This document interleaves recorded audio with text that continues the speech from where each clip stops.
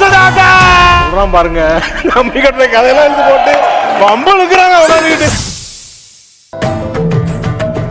என்னங்க சம்பந்தி இப்படி சொல்லிட்டு போறாரு? ஆனந்தி வர வேணாங்கிறா. நானும் அதான் யோசிக்கிற பேச்சு. ஆனா எனக்கு என்னவோ சம்மந்தி சொல்றதுதான் சரின்னு படுது. ஆனந்தி மாமியாரு இவ்வளவு தூரம் இறங்கி வந்து நம்ம பிள்ளைகளை ஏத்துக்கிட்டு நல்லபடியா பாத்துக்கிறாங்க. நாம நேர்ல அவங்கள போய் பார்த்து பேசிட்டு வர்றதான மரியாதை. அப்படிங்கிறீங்களா?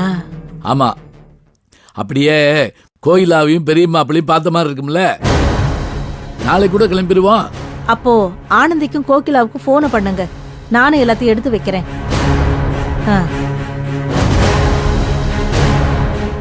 என்ன பேச்சு? ஏங்க டிக்கெட் போட காசு வச்சிருக்கீங்களா? நாளைக்கே கிளம்பணும்னா முடியுமா? காசு ஒரு பிரச்சனையும் இல்லை, அதெல்லாம் ஏற்பாடு பண்ணிடலாம். ஆனா ஆனந்தி கோயிலாவுக்கு நான் போன் பண்ணல. ஏங்க சொல்லாம போவுமே. இது பிள்ளைகளுக்கு ஒரு ஆச்சரியமா இருக்கும்ல, திடீர்னு பார்த்தா சந்தோஷப்படுவாங்கல்ல. அப்ப சரிங்க, அப்படியே பண்ணிரலாம். பிள்ளைங்களுக்கு ஏதாச்சும் பலகாரம் செஞ்சு எடுத்துக்கிட்டு போகணும். எனக்கு தலைக்கு மேல வேலை கிடக்கு.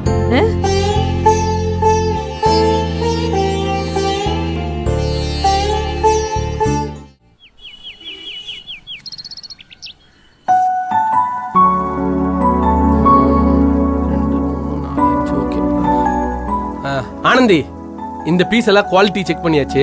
குடோன்ல 1000 பீஸ் ரெடியா இருக்கு. நீ நம்ம பாலாஜி டீம் கிட்ட சொன்னா அவங்க பேக் பண்ணி கொடுத்துருவாங்க. நீ கொஞ்சம் பேக்கிங்க்கு கூட இருந்து பாத்துக்கிறியா? இல்ல முத்தண்ண, தப்பா நினைக்காதீங்க. என்னால இந்த வேலையை செய்ய முடியாது. ஏன் ஆனந்தி, வேற ஏதாவது எமர்ஜென்சி வேலை இருக்கா?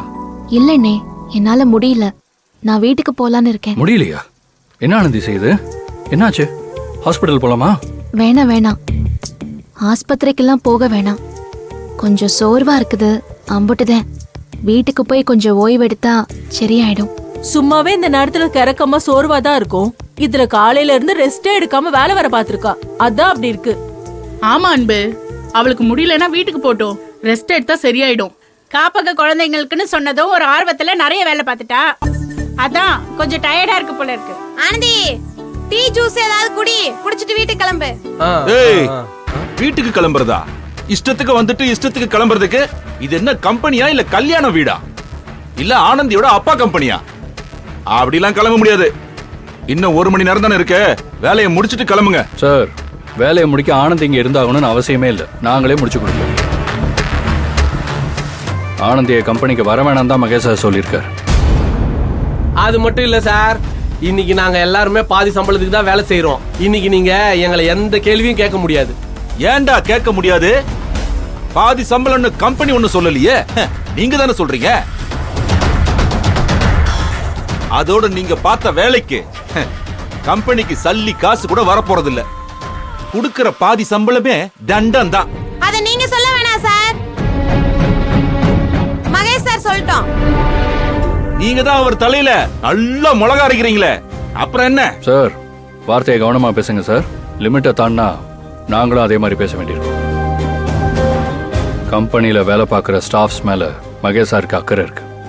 அக்கறை அவனுக்கு ஸ்டாஃப் மேல இல்லடா, உன் பொண்டாட்டி ஆனந்தி மேல. சார், ஆனந்தி மாசமா இருக்கா சார். அவ முடிஞ்சா வந்தா போதும், முடியலன்னா லீவ் எடுத்துக்கலான்னு மகேஷ் சார் சொல்லியிருக்காரு. நீங்க அவளை போக கூடாதுன்னு சொல்ல முடியாது சார். எதுக்கு எடுத்தாலும் மகேஷ் சார்னு ஏன் வாயை அடைக்கிறீங்க? இது எங்க போய் முடிய போகுதுன்னு தெரியல. என்னமோ பண்ணி தொலைங்க. ஆனந்தி, நீ கிளம்பு. அந்த ஆளுக்கு ஒரு வேலையே இல்ல. ஆமா ஆனந்தி, நீ வா, நான் உன்னை கொண்டு போய் வீட்டுல விட்டுறேன். எதுக்குங்க நீங்க வர வேணாம், நானே ஒரு ஆட்டோ பிடிச்சு போய்க்கிறேன்.